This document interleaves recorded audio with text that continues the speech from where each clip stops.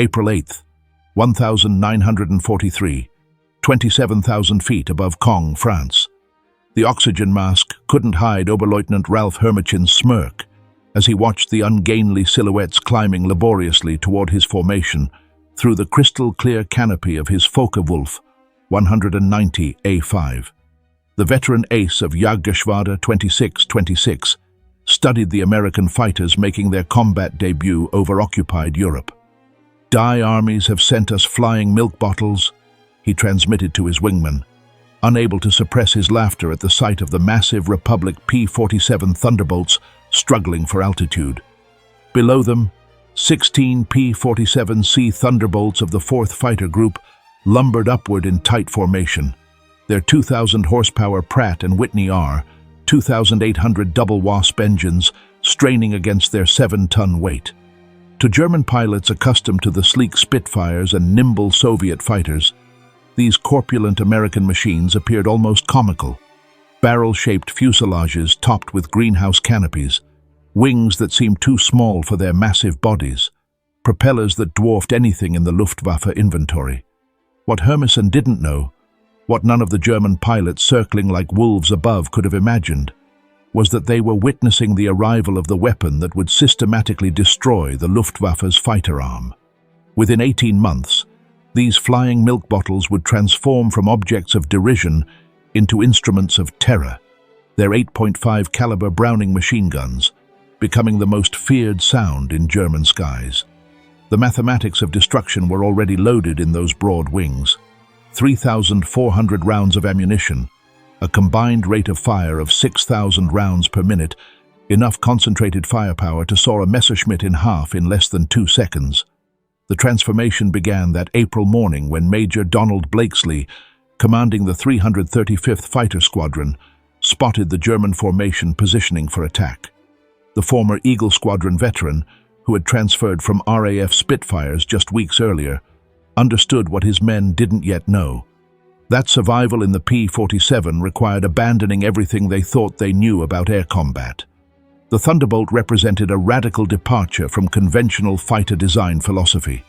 While the Germans had pursued lightweight interceptors, optimized for climb and turn performance, Republic aviation had created something unprecedented, a high-altitude juggernaut that used mass, power, and firepower to redefine the rules of aerial warfare. Among the 56 American pilots spread across the French sky that morning were men who would become legends, future aces whose names would strike fear into Luftwaffe hearts. But on April 8th, 1943, they were novices in an untested machine, facing the most experienced fighter force in the world. The Germans had been fighting continuously since 1939, with veterans of Poland, France, Britain, and Russia. The Americans had been in combat for exactly 0 days. This story is about how industrial logic defeated tactical brilliance, how quantity and quality merged into overwhelming superiority, and how German pilots' laughter turned to terror as they discovered what synchronized Browning machine guns could do to an aircraft at 400 yards. The Republic P-47 Thunderbolt had emerged from a June 1940 panic. As German fighters swept across France, Alexander Kartveli, Republic Aviation's Georgian-born chief designer, received urgent specifications from the U.S. Army Air Force. They wanted a high-altitude interceptor capable of matching the Luftwaffe's best. What Kartveli designed instead was a monster that redefined the possible.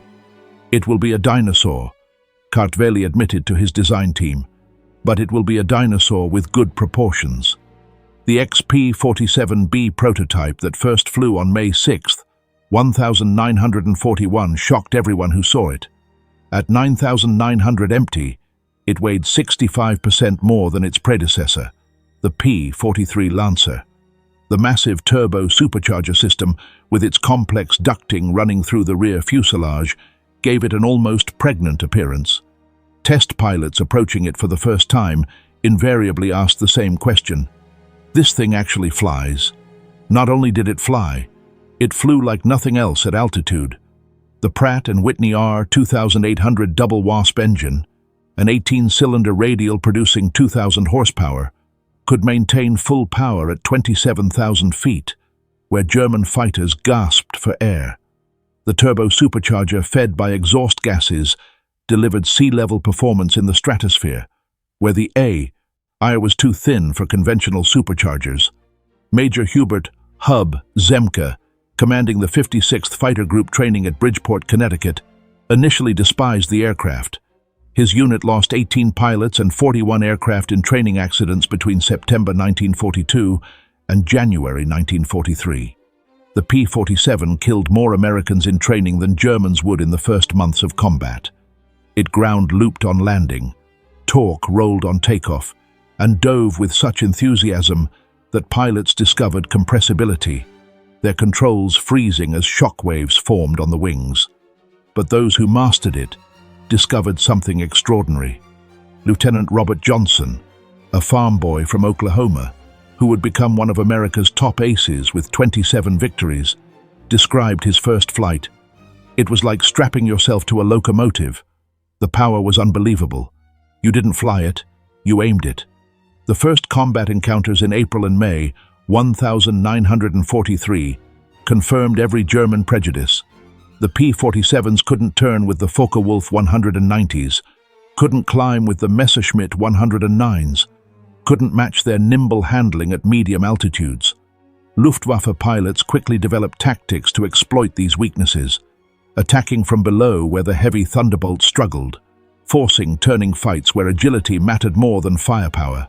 Hauptmann Josef Pips Priller, commanding officer of Jagdgeschwader 26, reported to headquarters after his first encounter, "The new American fighter is meat for the slaughter.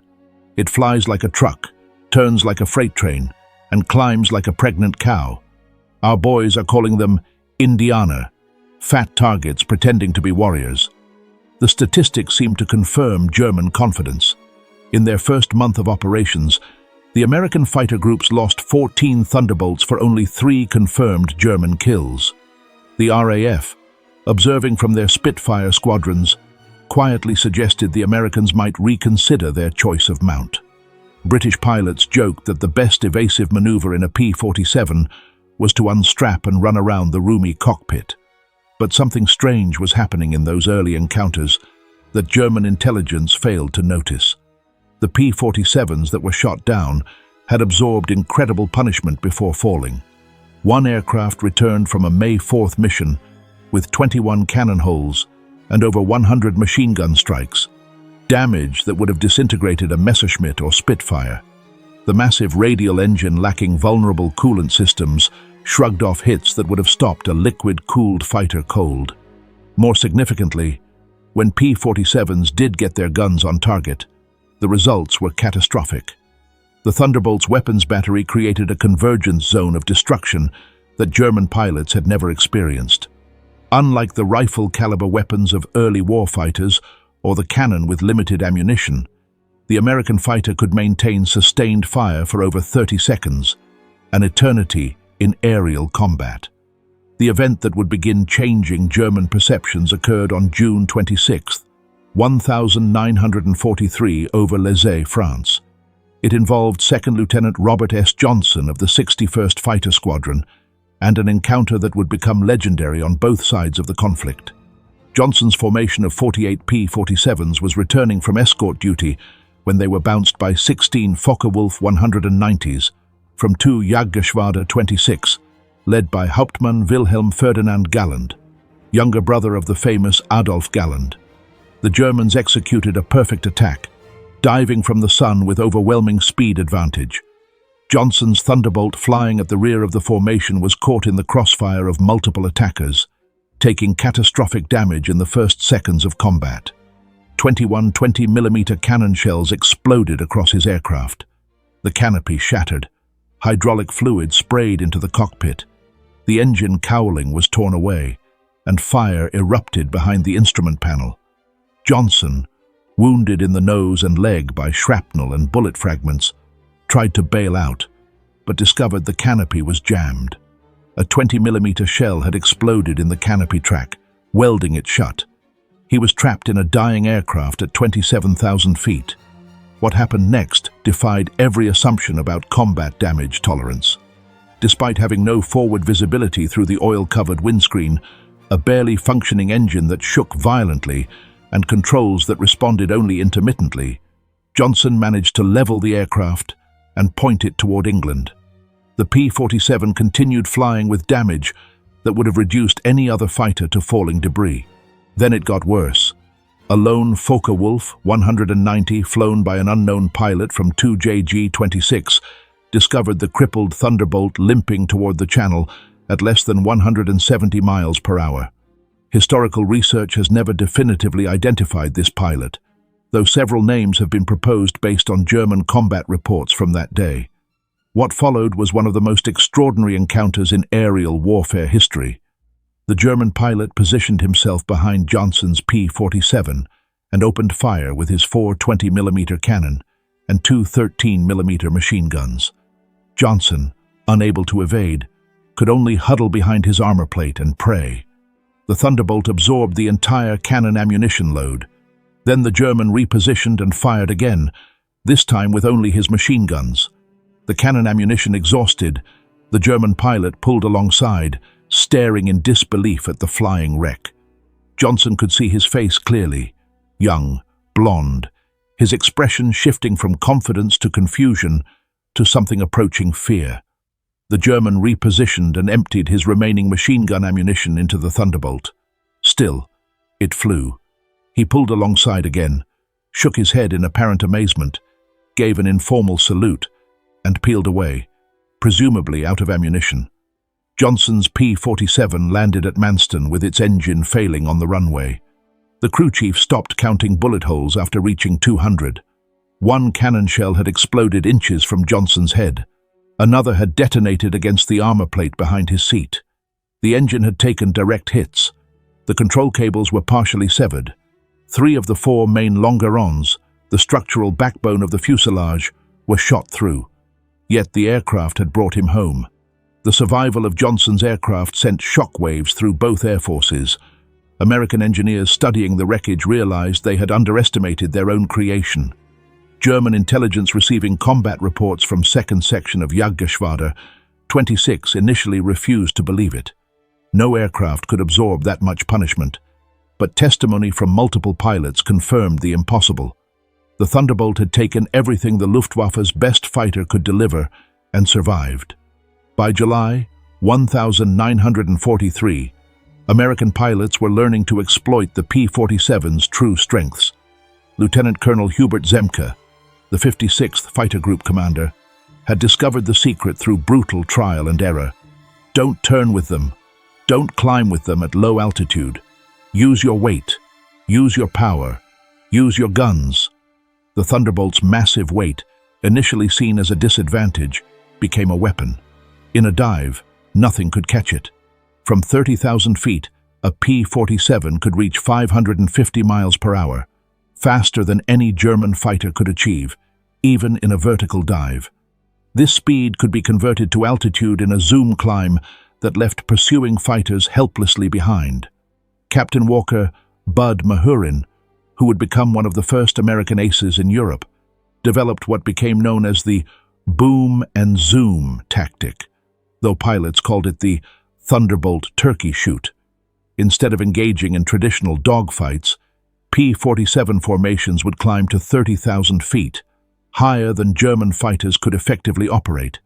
When Luftwaffe fighters appeared below, the Thunderbolts would roll inverted and dive, reaching speeds that made deflection shooting impossible for defending Germans. At the bottom of these dives, the American heavy machine guns would speak.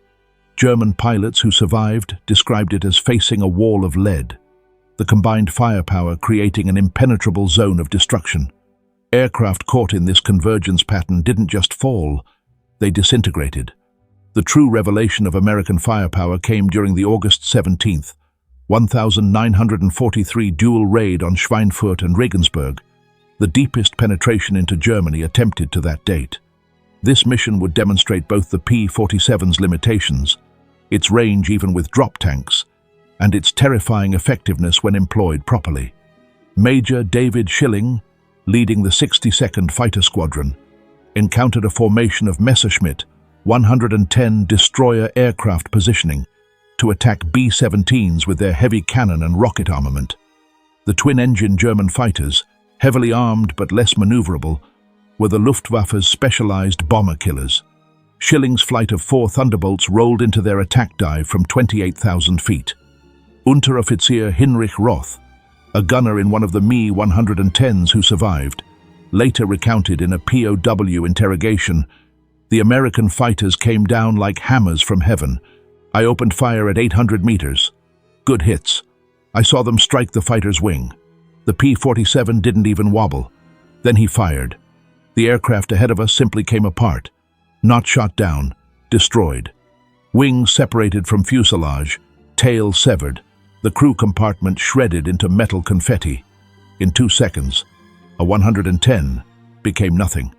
8 Messerschmitt 110s were destroyed in less than a minute. The German pilots had never experienced such concentrated firepower. Each P-47 carried 425 rounds per gun, 3,400 rounds total, weighing nearly 900 pounds. At convergence distance, typically set at 300 yards, all 8 guns' ballistic paths intersected in a zone roughly 6 feet in diameter. Anything in that zone faced 100.5 caliber projectiles per second, each traveling at 2,900 feet per second. The ammunition itself was a revelation of American industrial capacity. While German fighters struggled with limited cannon ammunition, typically 120 to 200 rounds for a 20mm weapon, American pilots could maintain fire for over half a minute. The standard combat load mixed armor-piercing incendiary tracer, and standard ball ammunition in patterns designed to both destroy and ignite. Lieutenant Colonel Francis "Gabby" Gabreski, who would become the top American ace in Europe with 28 victories, described the effect. "When you hit them with all 8, they don't just go down, they explode. I saw a 109 literally cut in half, the tail falling one way, the nose and wings another. The pilot never knew what hit him." By September 1943, the Luftwaffe was discovering another horrifying reality about the P-47. Its performance improved dramatically with altitude, while German fighters suffered. The turbo-supercharged double Wasp engine maintained its rated power output up to 30,000 feet. German fighters relying on single-stage or two-stage mechanical superchargers saw their performance degrade significantly above 25,000 feet. Oberleutnant Hans Philipp, one of Germany's most successful aces with 206 victories, encountered this reality fatally on October 8, 1943. Leading Jagdgeschwader 1 against a B-17 formation at 28,000 feet over Bremen, Philipp found his Focke-Wulf 190A6 sluggish and unresponsive in the thin air. The BMW 801 engine, powerful at medium altitudes, was gasping for oxygen nearly 6 miles above the Earth. When P-47s of the 56th Fighter Group dove on his formation from 32,000 feet, the German fighters were sitting ducks. Robert Johnson, now an experienced combat pilot on his way to ace status, was flying at 31,000 feet when he spotted Philipp's distinctive Focke-Wulf with its elaborate nose art. Johnson's combat report was clinical. Opened fire at 300 yards, 30 degrees deflection. Observed strikes along entire fuselage. Enemy aircraft exploded. No parachute observed. Philipp's death sent shockwaves through the Luftwaffe. If one of their best, a man who had survived over 500 combat missions on both eastern and western fronts, couldn't survive against the Thunderbolts, what chance did average pilots have? The German High Command ordered an immediate investigation into the P-47's capabilities. The report delivered to Reichsmarschall Hermann Göring in November 1943 was sobering. The Thunderbolt's service ceiling exceeded 42,000 feet, higher than any German fighter could reach. Its dive speed approached the sound barrier. Its armor included a 3/8-inch steel plate behind the pilot, 1/2-inch bulletproof glass windscreen, and armored deflection plates around the engine. Most disturbingly, its rugged construction allowed it to absorb damage that would destroy 3 conventional fighters and still return home. In January 1944, A new variant of the P-47 began arriving in England that would complete the transformation from laughingstock to nightmare. The P-47D-22 featured a Hamilton standard hydromatic propeller with paddle blades 13 feet in diameter with broad chord blades that bit into the air like massive oars. The improvement in climb rate was immediate and dramatic. Where earlier Thunderbolts had climbed at an anemic 2,200 feet per minute at sea level, the paddle blade variants could achieve 3,000 feet per minute, matching or exceeding German fighters at most altitudes. The massive propeller also improved acceleration, allowing P-47s to build energy faster in level flight. Hauptmann Heinz Knoke of Jagdgeschwader 11, a veteran with over 200 combat missions, encountered the new variants in February 1944 during a bomber interception near Hanover. He wrote in his combat diary, "The fat American fighters have learned to climb. We bounced a formation near Hanover, expecting our usual advantage. They turned into us and climbed with us. When we tried to disengage, they followed us up to 30,000 feet. Schmidt was caught and blown apart. Nothing left but smoke and fragments. These are not the same machines we laughed at last year." The paddle blade propeller did more than improve performance. It changed the sound of the Thunderbolt. The distinctive thundering roar created by the blade tips reaching supersonic speeds could be heard from miles away. German ground troops reported being able to identify approaching P-47s by sound alone, a deep, threatening rumble that meant death from above. They began calling it Donnerschlag, thunderclap. By March 1944, P-47s equipped with external fuel tanks could escort bombers deep into Germany. The standard configuration carried two 108-gallon wing tanks or a 75-gallon belly tank, extending range to over 1,000 miles. With the paddle blade propeller providing improved performance even when loaded, Thunderbolts could fight on equal terms immediately after dropping tanks. The Luftwaffe's response was to concentrate on the bombers, hoping to inflict enough losses to stop the American daylight campaign. But this required flying through the P-47 escort screen, an increasingly suicidal proposition. German pilots developed a grudging respect that bordered on fear for the big American fighters. Major Günther Rall, one of Germany's top aces with 275 victories, mostly on the Eastern Front, survived an encounter with P-47s on March 6, 1944, that left him badly wounded. He later recalled in a post-war interview, "We saw them above us, fat silhouettes against the sun. Someone laughed and said, 'Here come the flying pigs.' Nobody was laughing 30 seconds later. They came down like an avalanche, faster than we could react. The first pass destroyed 3 of our fighters, just gone, transformed into burning debris. Their guns didn't fire in bursts like ours. They poured out solid streams of fire. Getting caught in that stream meant instant death." The escort missions revealed another P-47 advantage: endurance. While German fighters operated at maximum power settings that consumed fuel rapidly, the big American radials could cruise efficiently at high altitude. Thunderbolts could remain with the bombers for hours, rotating top cover while maintaining enough fuel for combat and return. As more P-51 Mustangs arrived to take over long-range escort duties in spring 1944, P-47 units increasingly focused on ground attack, a role that would make them the most feared aircraft in the German arsenal. The transition began in earnest in April 1944 as the Allies prepared for the invasion of France. The Thunderbolt's heavy machine gun battery proved equally effective against ground targets. The standard armor-piercing incendiary ammunition could penetrate the top armor of most German vehicles, while the sheer volume of fire could destroy soft targets in seconds. A 2-second burst put 160 half-inch projectiles into a target area the size of a truck, but it was the addition of bombs and rockets that transformed the P-47 into a true multi-role monster. The D-25 variant could carry 2 1,000-pound bombs under the wings and a 500-pounder under the fuselage, a bomb load equal to early war medium bombers. Later variants added zero-length rocket stubs for 10 5-inch high-velocity aircraft rockets, HVARS, each equivalent to a 105mm artillery shell. Oberst Hans von Luck, commanding the 125th Panzer Grenadier Regiment during the Normandy campaign, experienced P-47 ground attacks firsthand. They came in low, so low you could see the pilots' faces. The sound was terrifying. Engines roaring, rockets screaming. Then the hammer of those heavy machine guns. A column of our trucks simply ceased to exist. 20 vehicles transformed into burning wreckage in one pass. The psychological effect on the men was devastating. They called them jabos, fighter bombers. But these were something beyond that. They were flying artillery with the accuracy of snipers.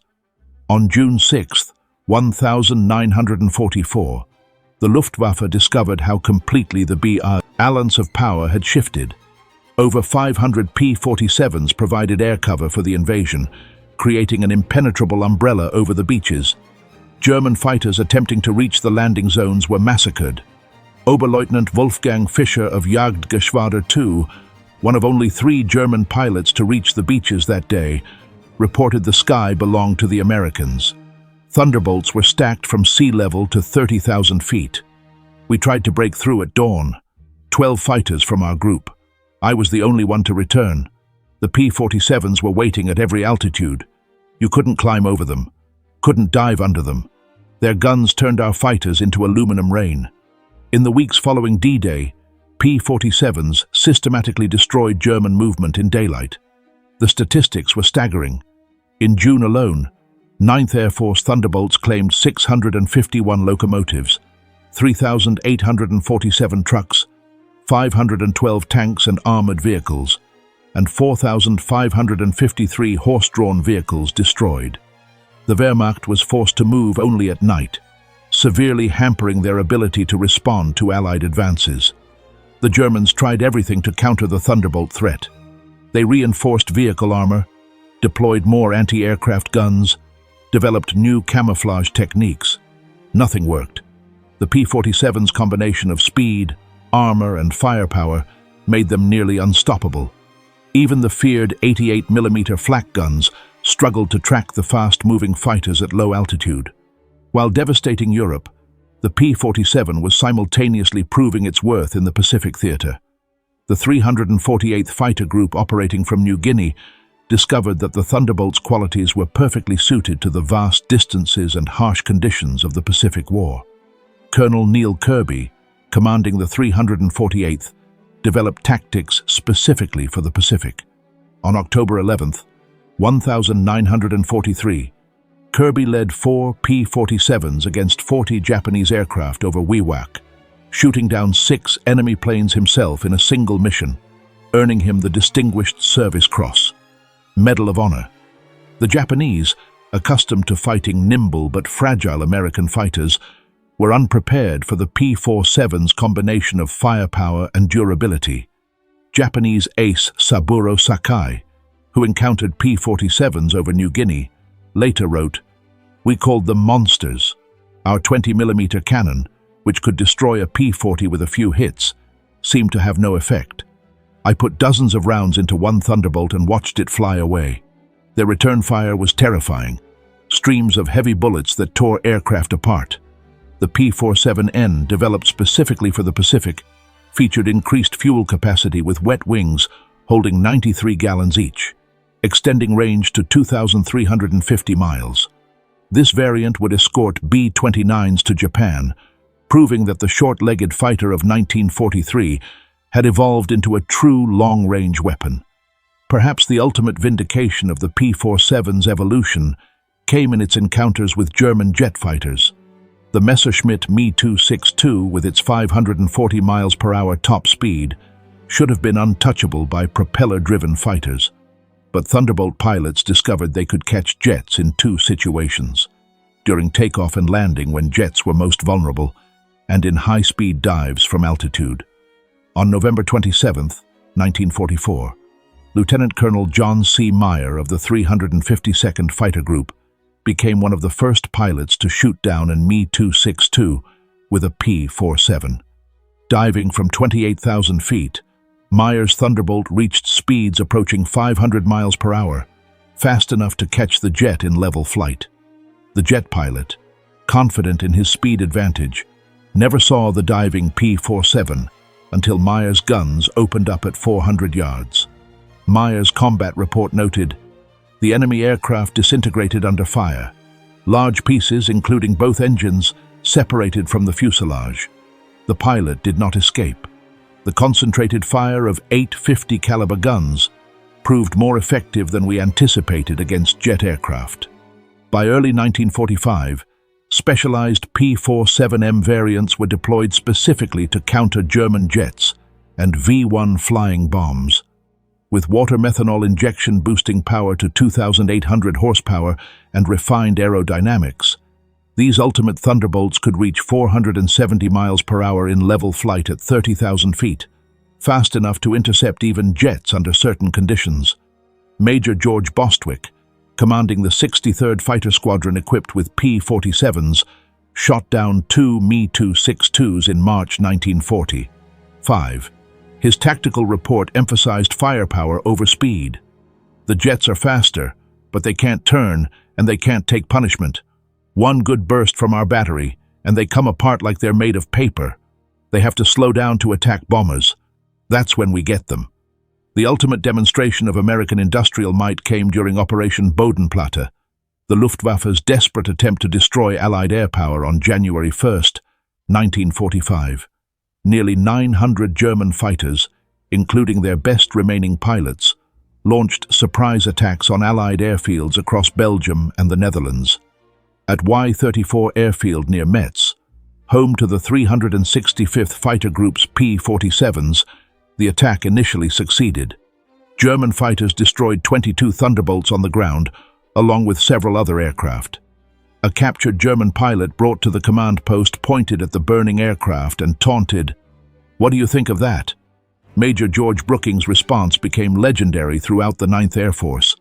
He pointed to the flight line where ground crews were already pushing damaged aircraft aside and preparing hard stands for replacements. "By tomorrow, we'll have 40 new ones. How long will it take you to replace your pilots?" The German pilot's smirk disappeared. Within 48 hours, factory-fresh P-47D-40s filled the flight line, flown in from depots in England. The Luftwaffe lost 271 aircraft and 213 pilots in Bodenplatte, including many irreplaceable instructors and squadron leaders. These losses they could never replace. The Americans lost 134 aircraft total across all attacked airfields, all replaced within a week. The numbers told the story of inevitable defeat. Republic Aviation produced 15,683 P-47s during the war, more than any other American fighter.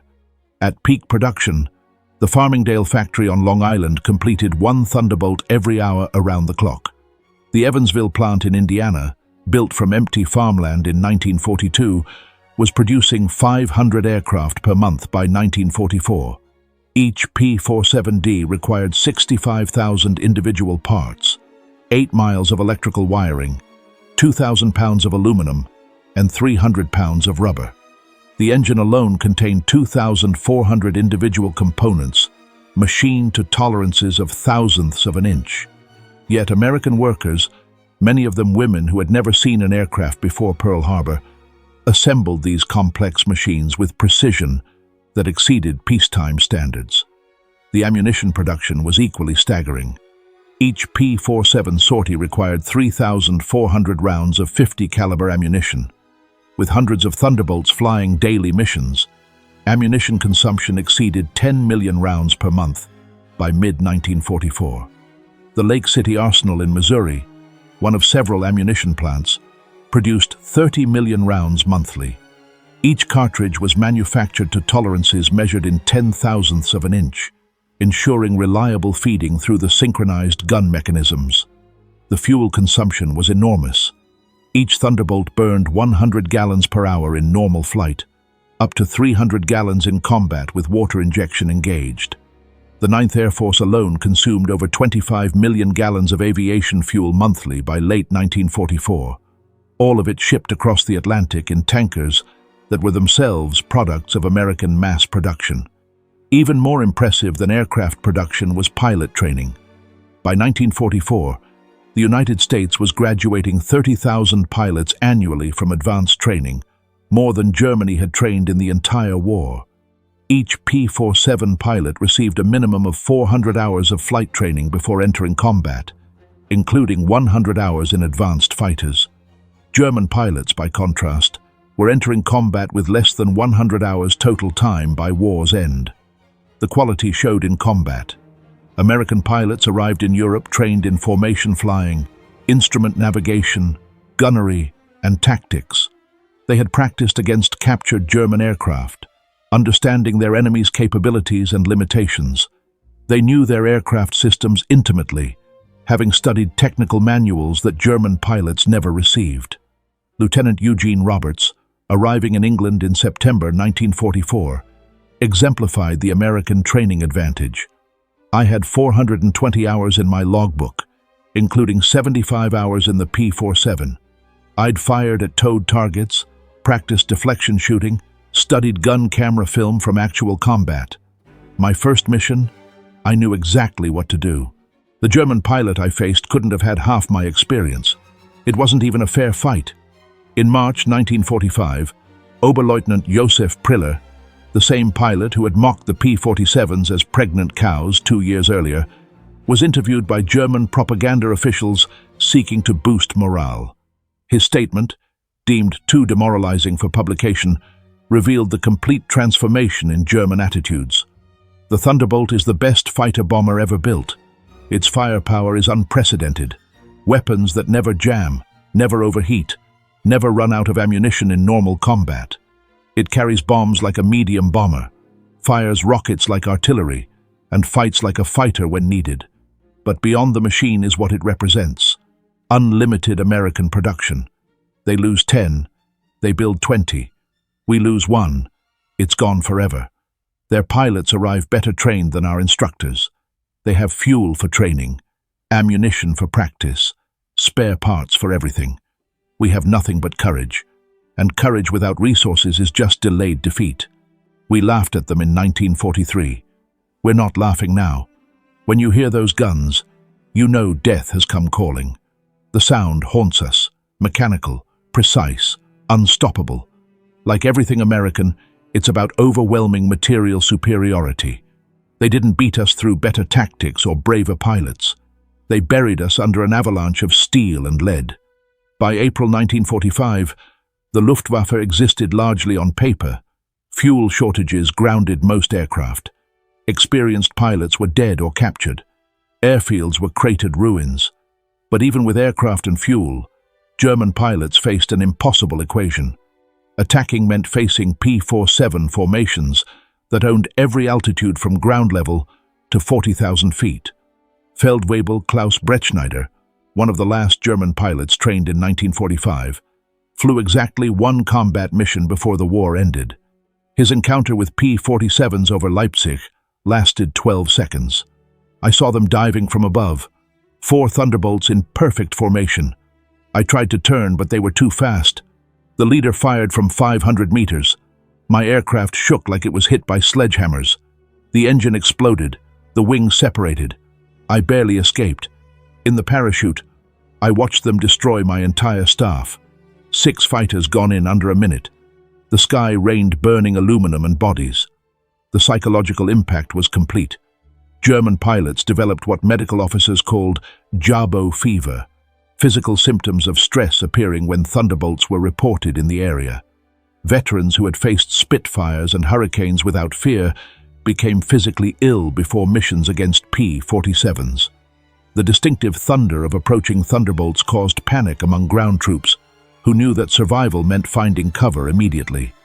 The final statistics of P-47 operations defied comprehension. In Europe, 3,752 German aircraft destroyed in aerial combat, 3,315 aircraft destroyed on the ground, 86,000 railway cars destroyed, 9,000 locomotives destroyed, 6,000 armored fighting vehicles destroyed, 68,000 trucks destroyed, 60,000 horse-drawn vehicles destroyed. In the Pacific, 697 Japanese aircraft destroyed in aerial combat, 150 aircraft destroyed on the ground. 1,500 vehicles destroyed, 150 locomotives destroyed, countless barges, ships, and installations. The 9th Air Force alone, primarily equipped with P-47s, flew 213,873 combat sorties, dropped 120,000 tons of bombs, fired 135 million rounds of ammunition, and launched 60,000 rockets. The Thunderbolt units achieved a 4.6-to-1 kill ratio in aerial combat, while maintaining the lowest loss rate of any Allied fighter bomber.